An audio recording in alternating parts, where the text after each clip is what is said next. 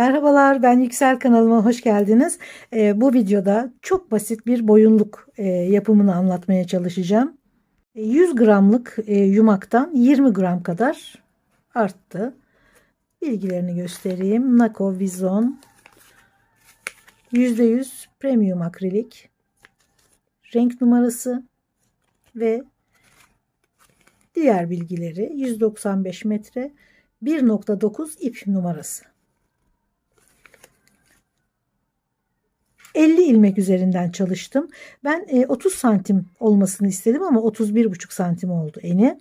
Yani 3 ilmek eksik çalışırsanız, yani 47 ilmek yaparsanız 30 santimi bulursunuz, ama tabii elden ele mutlaka ki değişiyor. Aynı şiş numarası, aynı ipi kullanarak farklı ölçülere ulaşabiliriz. Onu da aklımızdan çıkarmayalım. 5 numara şiş kullandım.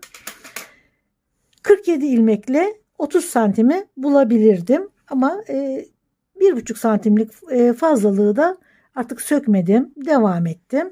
Eni ile boyu arasında 10 santim yeterli oluyor, dengeliyor boyunluk kendini. 41,5 santimde boyunu ördüm. Yani boy uzunluğuyla en uzunluğu arasında 10 santim var.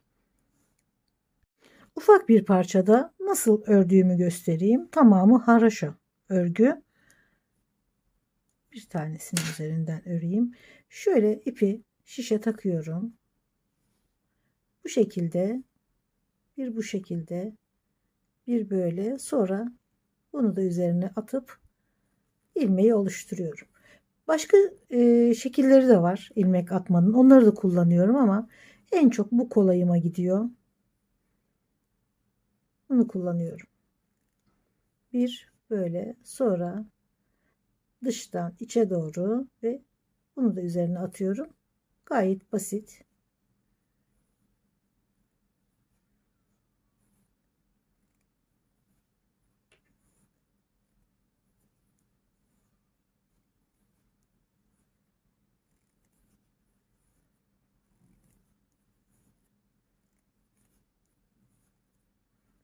Yeterli. Şimdi ilk ilmeği örerek alıyorum. Sonra bütün sıralarda ilk ilmek örülmeden alınıyor. Ben düzden ördüm haraşoyu. Tersten de örebilirsiniz. Yani hem ters örgüyle hem düz örgüyle bu şekilde aynı görüntüyü elde edersiniz. Ben tamamını düz örerek bitirdim.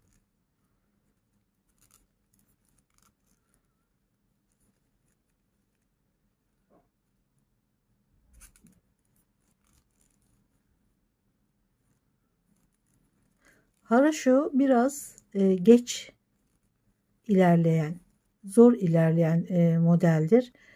Çünkü bir diş sırasını, yani şöyle bir dişi iki sıradan oluşturursunuz. İki sıra ördükten sonra bir diş görünür. O yüzden şuradaki görünen her diş iki sıradan oluşuyor. 30 tane diş görürsünüz haraşo sırası, ama 60 sıradan oluşmuştur. Fakat bu boyunluk içinde en ideali haraşo oluyor.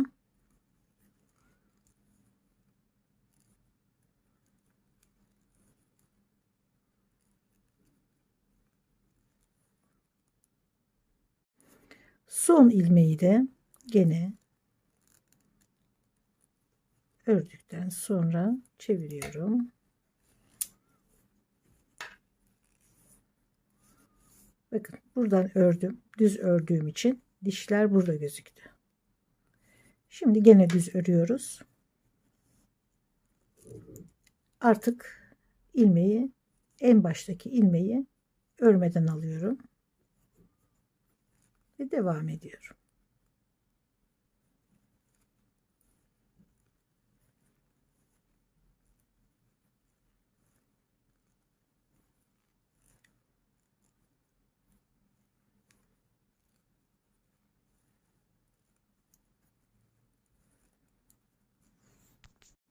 Altı sıra ördüm, ama burada 1 2 3 sıra haraşo gözüküyor. Tersi de aynı şekilde 1, 2, 3 sıra haroşa gözüküyor ama örgü 6 sıra. Şöyle bakın, her iki tarafı da aynı.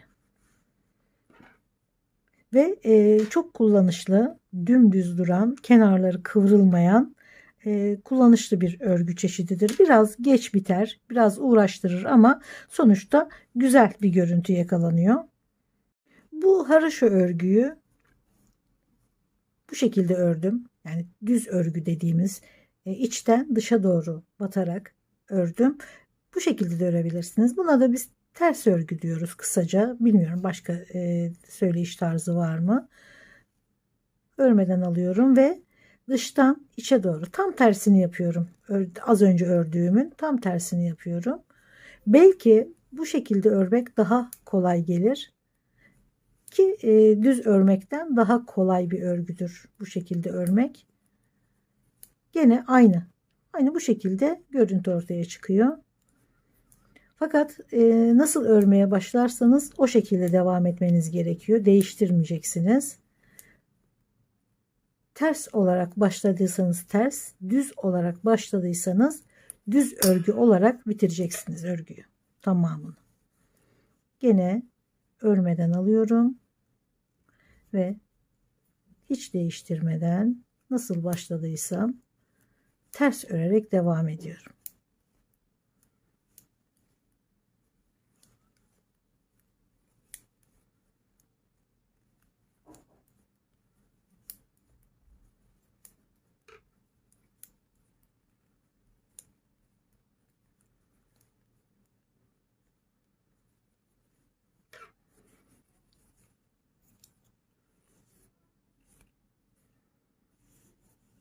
Bir sıra daha bakalım.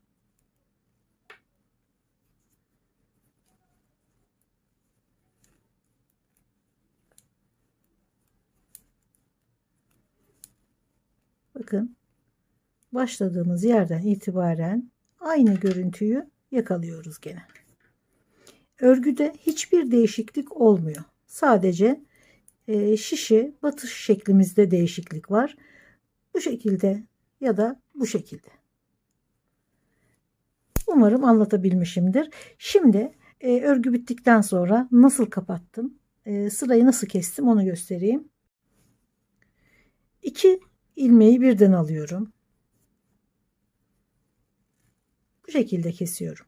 Yani düzden de örsem, tersten de örsem örgüyü ters örerek kesiyorum. Aldığım ilmeği tekrar diğer şişe takıyorum. Gene aynı ilmeği ve diğer ilmeği alıyorum.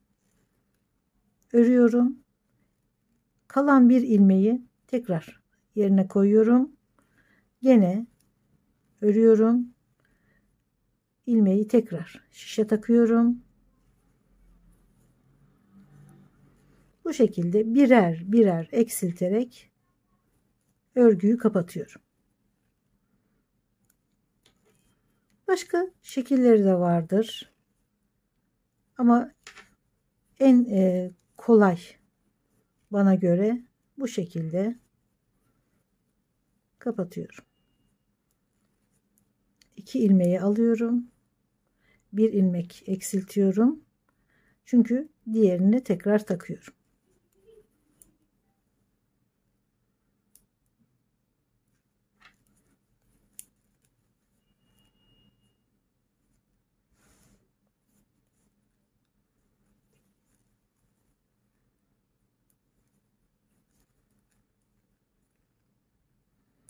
Son ve bitiriyorum. Burada biraz ip bıraktım. Çünkü küçük bir şöyle 10 santimlik bir dikiş yapacağız. Böyle alıyorum. Diğerini de bu şekilde buraya bir dikiş yapıyoruz. Şöyle 10 santim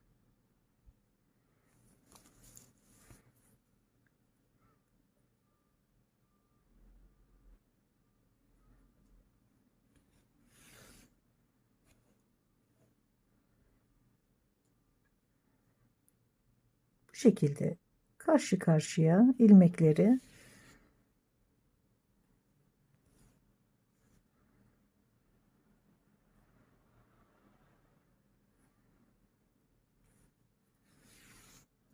Çekmeden, sakın ipi çekmeyin. Olduğu gibi bırakın.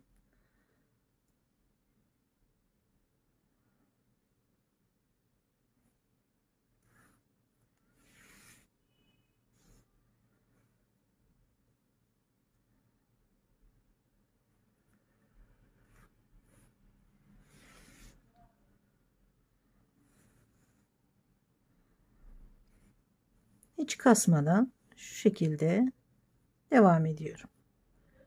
Bakın zaten şu haroşanın dişlerine batarak ince bir dikiş yapıyoruz.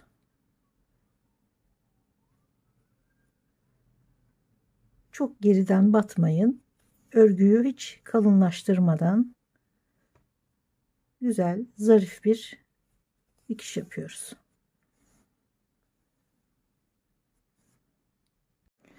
Dikişten sonra şöyle asimetrik bir görüntü oluştu. Burası tam enseye gelecek kısım. Şurayı böyle tutuyoruz. Şurayı enseye veriyoruz ve kafamızdan geçiriyoruz. Ön tarafta şöyle bir görüntü oluşuyor. Bunu kıvırıyoruz ve iki tane üçgen parça bu şekilde gözüküyor. Ensede duruşu da gene bu şekilde. Şimdi örgünün her iki yüzü de bu boyunlukta gözüküyor. O yüzden hem tersi hem yüzü aynı olan modelleri kullanmamızda fayda var. Haroşada olduğu gibi. Hiç fark etmeyecek ki arkası ve önü aynı olacak ki boynumuza taktığımızda iki görüntüde yolları farklı olsa bile bu şekilde desenlerde bu şekilde geliyor. Fakat desen birbirinin aynısı. O yüzden güzel duruyor. Umarım beğenmişsinizdir. Yalnız bir kendime eleştirim olsun. Keşke 31,5 santimi sökseydim. Bu biraz büyükçe oldu. Belki 28, 27, 28 ya da 29 santim daha iyi olacak gibi. Bu biraz büyük geldi ama bu şekilde de güzel. Aklınızda olsun. 30 santimi geçmeyin bana göre. Umarım beğenmişsinizdir. Umarım gene işe yarar videolardan olmuştur. Videolarımı beğeniyorsanız ve bundan sonrakileri de izlemek isterseniz beğenmeyi ve abone olmayı lütfen unutmayın. Görüşmek üzere. Hoşçakalın.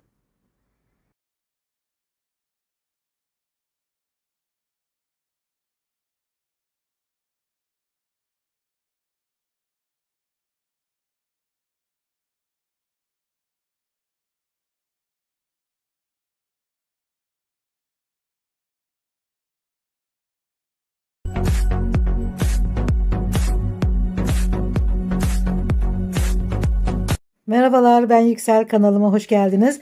Bu videoda daha önce aynı iple ördüğüm ceketten ve bir video önce ördüğüm boyunluktan artan iplerle şimdi kış için sıcak tutan bir saç bandı öreceğiz. Gene ip bilgilerini kısaca göstereyim.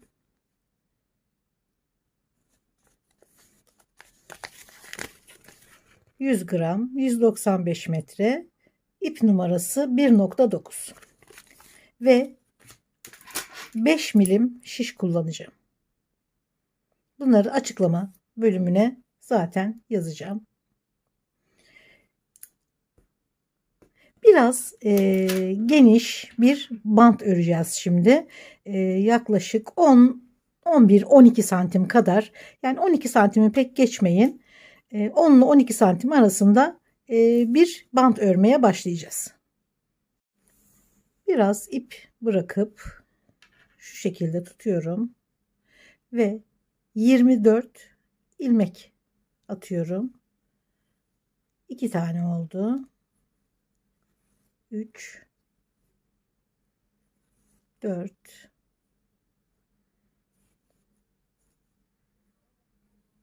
5 6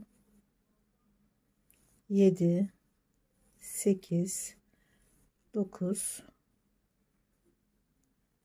10, 24 ilmek yeterli. Tabi siz bunu daha da geniş yapabilirsiniz. Bir düz, bir ters olarak örmeye başlıyorum. Önce bir tane örerek alıyorum. Sonra örmeden alacağız en baştaki ilmekleri. Ters örgü, düz örgü.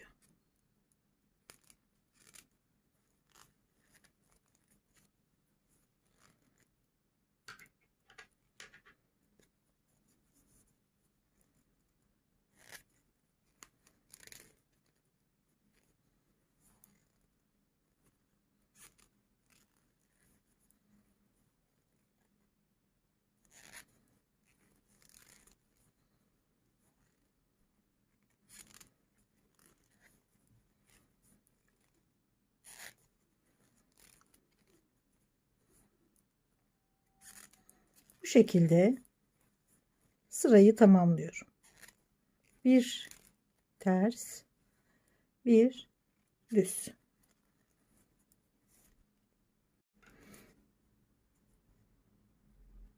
Sırayı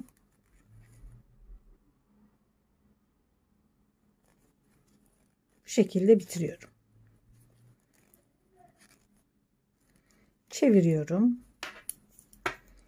İkinci sıradan itibaren artık baştaki ilmekleri örmeden alıyoruz. Nasıl görüyorsak ters örmüştük en son ilmeği. Burada düz olarak görüyoruz ve düz olarak alıyorum. Sonra ipi bu şekilde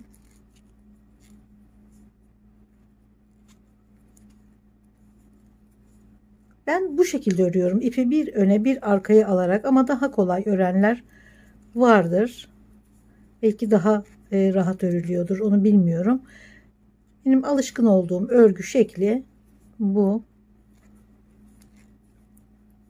Gene düz örgüyü, düz örgü, ters örgüyü de bu şekilde örerek sırayı bitiriyorum ve bundan sonra bir 18 santim kadar örmeye devam ediyorum. Evet, 18 santim örgüden sonra 8 ilmek halinde şerit olarak örüyoruz. Burayı 18 santim ördüm. Burayı da bir 15 santim kadar yeterli olur diye düşünüyorum. 14 ya da 15 santim. Şimdi baştan 8 ilmeği örüyorum. İlmekleri nasıl görüyorsak öyle alıyoruz. Ters ilmeği ters alıyorum. İpi arkaya ve nasıl görüyorsam ilmekleri o şekilde örüyorum.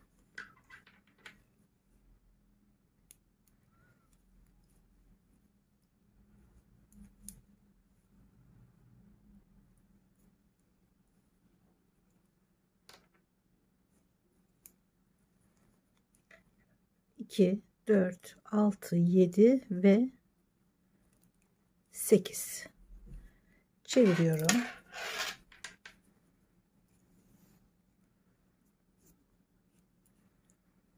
İlk ilmeği gene örmeden alıyorum. Başlardaki ilmekleri örmeden alıyoruz.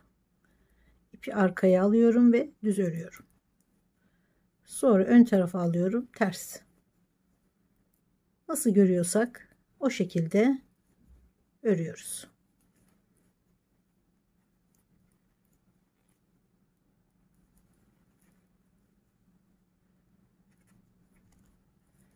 Çeviriyorum.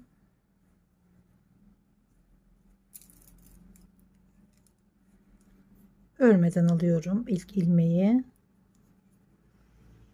İpi arkaya atıyorum. Düz ilmeği düz örüyorum. Ters örgü ilmeği ters örüyorum.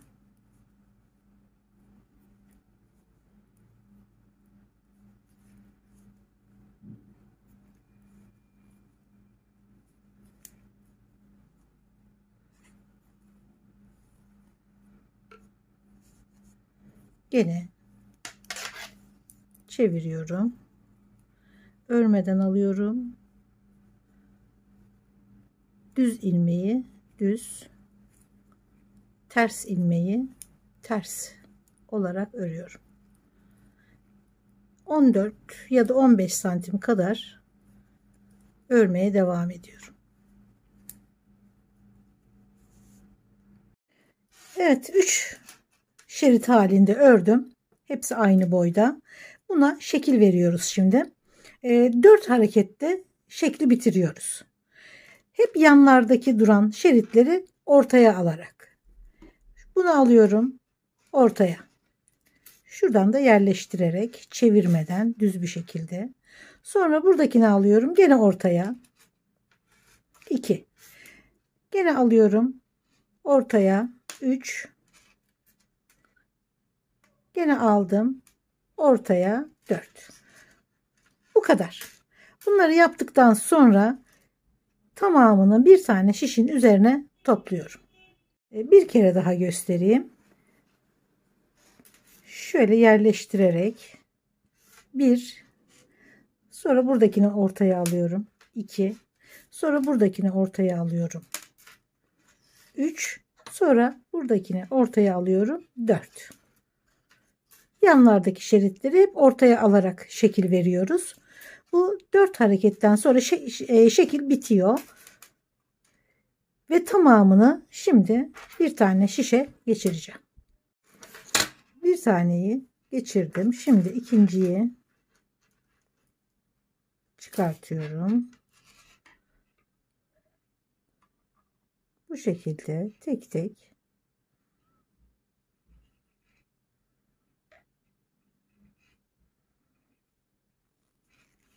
şimdi diğerine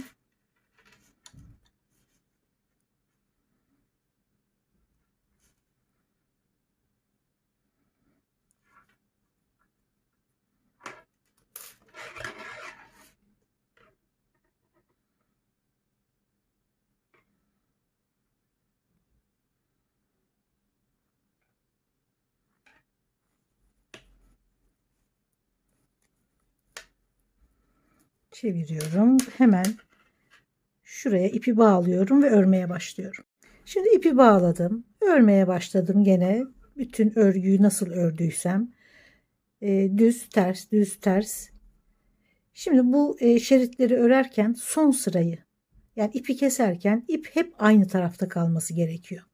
Yani şurada bak, bu ip de burada, bu da burada, bu ip de burada. Yani hep aynı tarafta kalması gerekiyor ki örmeye başladığımızda bu şekilde düz ters düz ters tekrar aynı şekilde takip etmesi gerekiyor. Ona dikkat edersek sorun yaşamayız.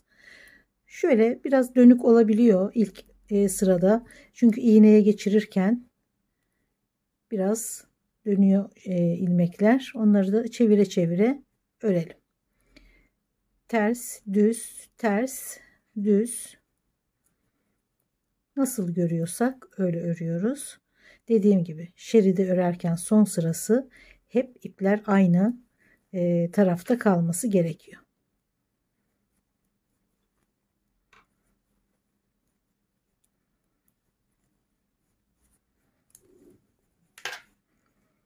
İlk sırayı ördüm. Bu aradaki ipler de şuradan sıkıştırıp sonra düğüm yapacağız ki açılmasın. İçeride yürüterek kaybederiz. Ters örgü.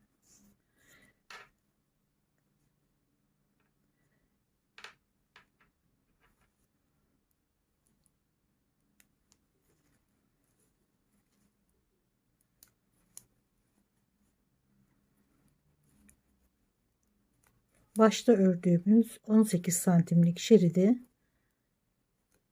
aynı şekilde örmeye devam ediyorum. Bakın, bir ters bir yüz aynen burada da devam ediyor.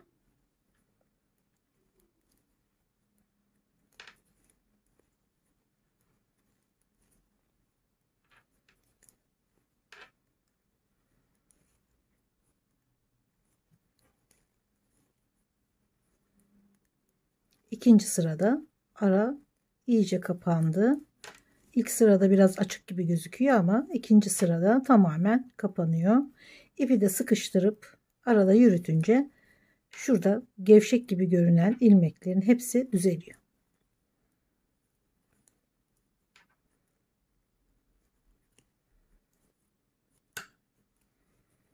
Bu şekilde bir 18 santim daha örüyorum ve sonunda bunu dikerek bitiriyoruz.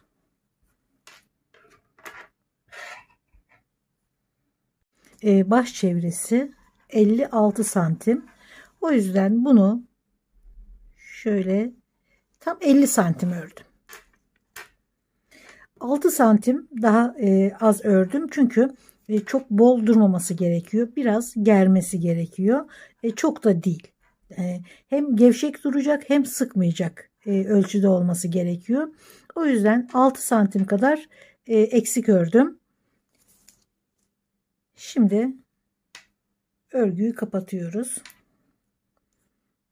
Bu tamamen istediğiniz ölçüyü kendi kafanıza ya da kim takacaksa onun kafasına göre ölçüp ona göre ölçü belirlemek.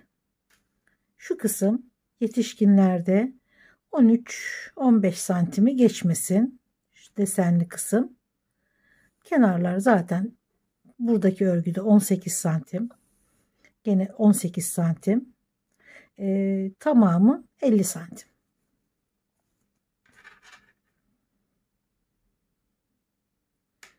Şimdi 2 ilmeği alıyorum.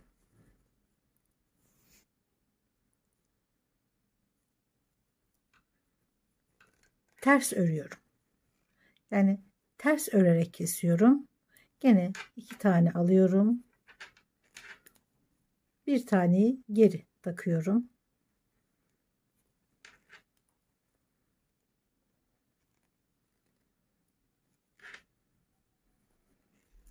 İki taneyi örüyorum. Birini geri takıyorum. Gene 2 ilmek, birini geri. Bu şekilde keserek bitiriyorum.